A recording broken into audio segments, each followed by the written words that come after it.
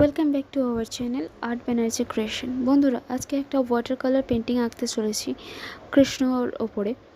দেখো, আমার পিকচারটা আঁকা কমপ্লিট। এবার আমি ফেসটার ওপরে বেস লেয়ার দিয়ে দিচ্ছি। তারপরে স্টেপ বাই স্টেপ পুরো ভিডিওটা দেখো, খুব শর্ট ভিডিও। দেখো, যদি ভালো লেগে থাকে তাহলে চ্যানেলটাকে একটা সাবস্ক্রাইব আর লাইকটা করে দিও।